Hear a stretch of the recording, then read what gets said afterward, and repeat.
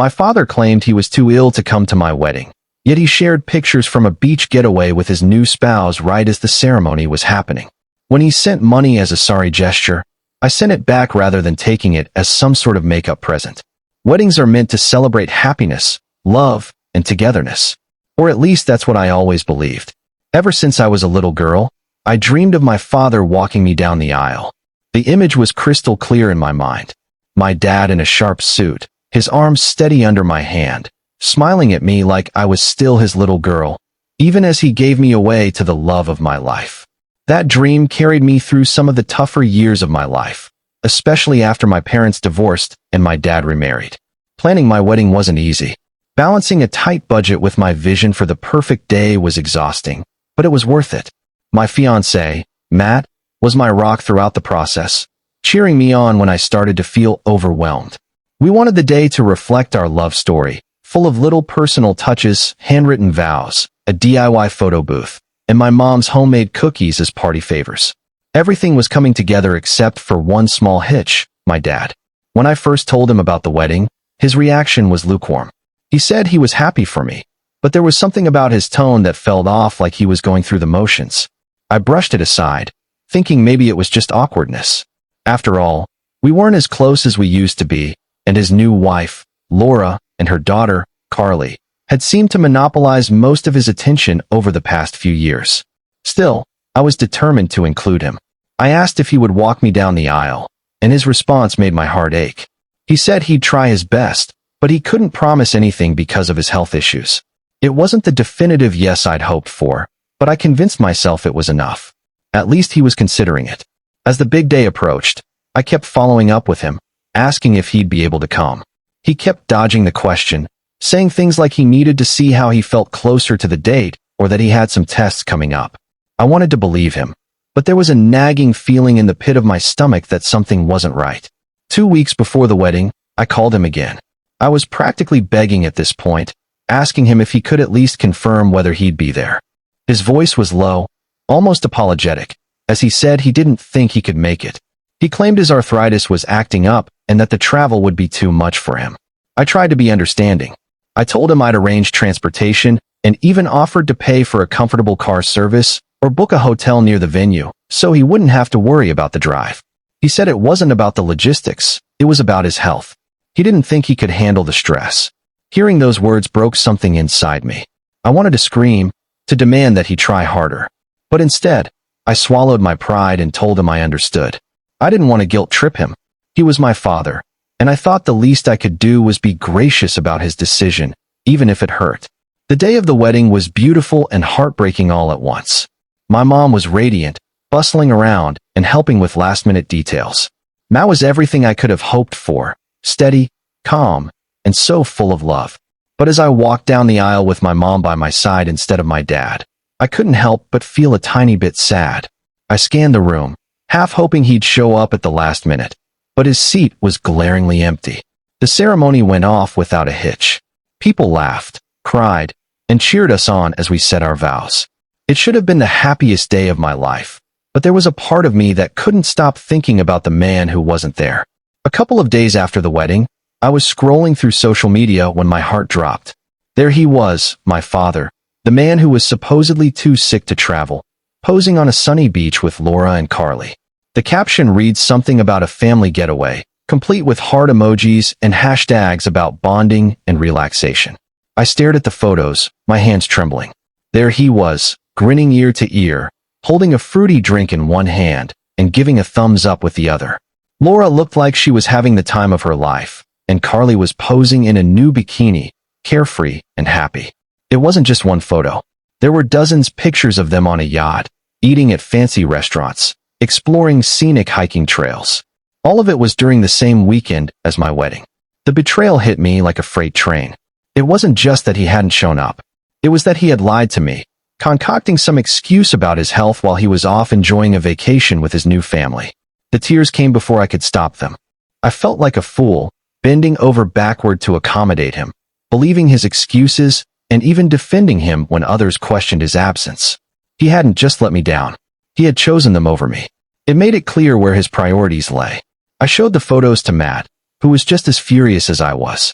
He held me as I sobbed, whispering words of comfort, but it did little to ease the ache in my chest. My dad hadn't just missed my wedding. He'd deliberately skipped it, opting to hang out with folks who'd barely been around compared to me. For days, I wrestled with whether to call him on it. One side of me itched to demand answers, but the other was just too worn out for another battle.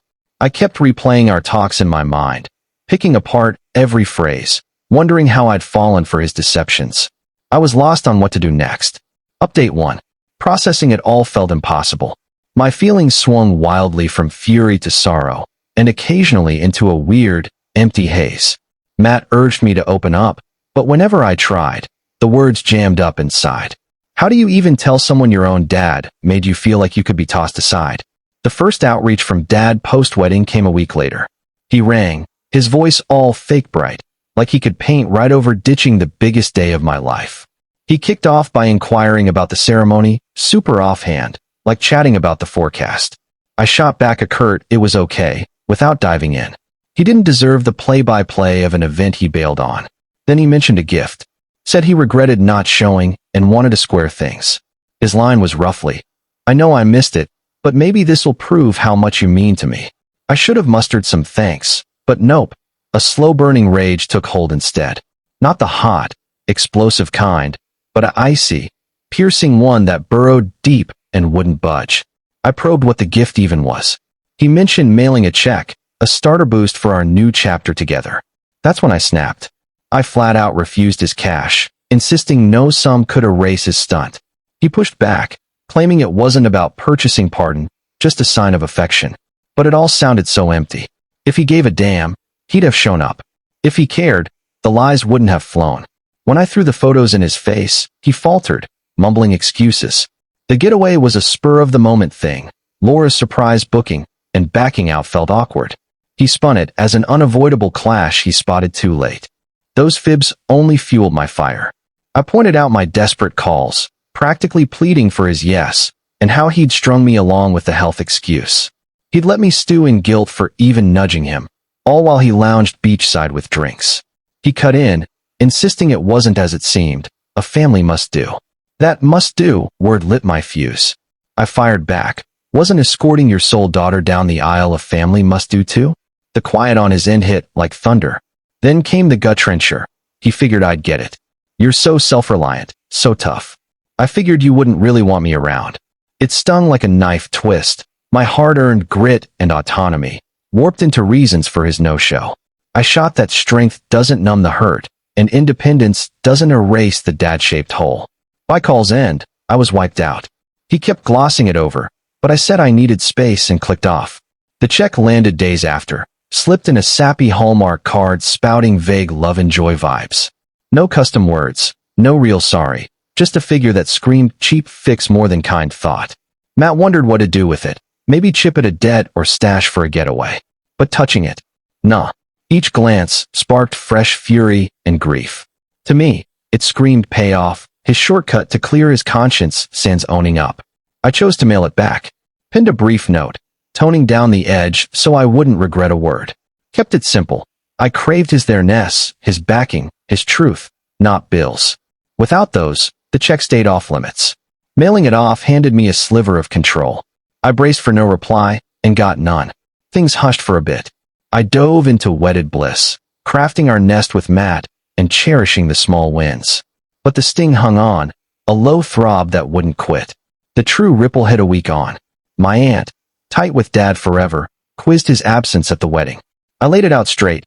No fluff, just the raw details. Gossip flew fast. Kinfolk rang with solidarity and shock. A few even grilled him on pulling that move. He wasn't thrilled. He dialed me raging, blasting me for blasting family secrets. Said I should have zipped it, that spilling was pure spite.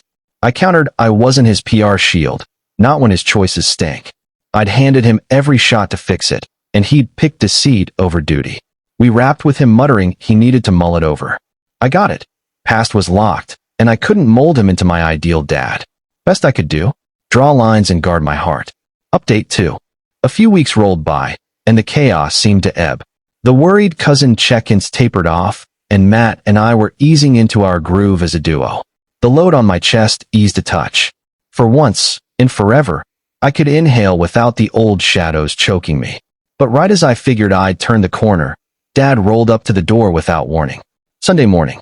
Matt was out pounding pavement on his jog, and I was nestled on the sofa, lost in a novel, relishing the rare hush. The doorbell rang, shattering the silence. My heart sank as I opened it to find my father standing there, the man who'd failed me repeatedly. He looked smaller, weighed down by guilt, his eyes uneasy. He asked to talk, voice subdued, no trace of his old bravado. Instinct screamed to slam the door, but curiosity won. I let him in. He sat awkwardly on the couch's edge, like he didn't belong. He apologized for missing my wedding, admitting he'd handled it poorly, but soon slipped into excuses, blending families, Laura's pressure to prioritize her daughter. Arms crossed to steady myself, I seethed silently. His words deflected blame, seeking absolution. I told him it wasn't just the wedding. It was years of him choosing others over me, always. He lied about being sick, then tried to buy forgiveness with a check, like my pain was disposable. He interrupted defensively, claiming he was torn, human, doing his best. I cut him off. This was his choice, always leaving me behind.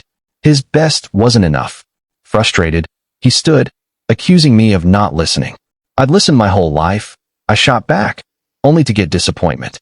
If he wanted amends, start with honesty. He stormed out, slamming the door. Matt came home. I unloaded everything. He nodded sympathetically, affirming boundaries were right, even if painful. His support grounded me. Update 3 * next day, my aunt called. Dad had vented to her, calling me unreasonable, grudge-holding. Anger surged. He was victimizing himself again. I decided to own the narrative, posting in the family group.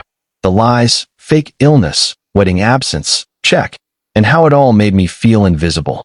Most relatives supported me, admitting they'd seen him favor his new family. Dad raged, accusing me of turning everyone against him. But this was accountability, not revenge. I was done enabling him.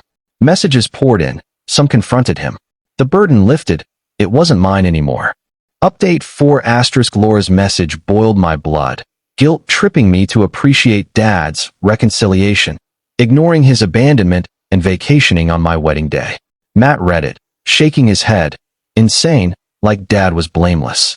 She's his replacement, I said coldly, her and her daughter slotting into our roles, unchallenged, enabling his avoidance. Stomach churning, I responded fiercely. She was the intruder stealing my place, destroying our family. She'd helped him dodge consequences, leaving me in the dust while they played house. I wouldn't forgive her lecturing me. She'd never grasp my betrayal until her child felt it. Abandoned, replaced, trusted love walking away without a thought. I hoped she'd know that pain's magnitude one day. Hit send, no regrets. I'd been patient too long, no more rewriting my story. Matt nodded. That should do it. I smiled thinly, good. Update 5 * I'd cut Dad off for good after our talk. Matt backed me fully. Weeks blurred into focus on our life, free of his chaos. I ignored his calls and texts. 2 months later, an unknown number. Carly, his stepdaughter, frantic. Dad vanished a month ago, sparse texts, then divorce papers to her mom that morning, no call. I laughed bitterly. After all his hurt, he was repeating the cycle on them. Carly paused, confused, echoing his old words to me. I told her, stop being dramatic. It wasn't his first abandonment, nor last, his pattern. She'd pretended to be his daughter long enough. This was overdue. Ask her mom for answers, not my problem. She pleaded for why. I stayed detached, hardened by my own scars. Why pity her? She'd gotten the short end too, like me. I hung up, freeing. Matt entered, read my face, listened without judgment. He held me as the final weight lifted. No apologies, I was prioritizing myself now.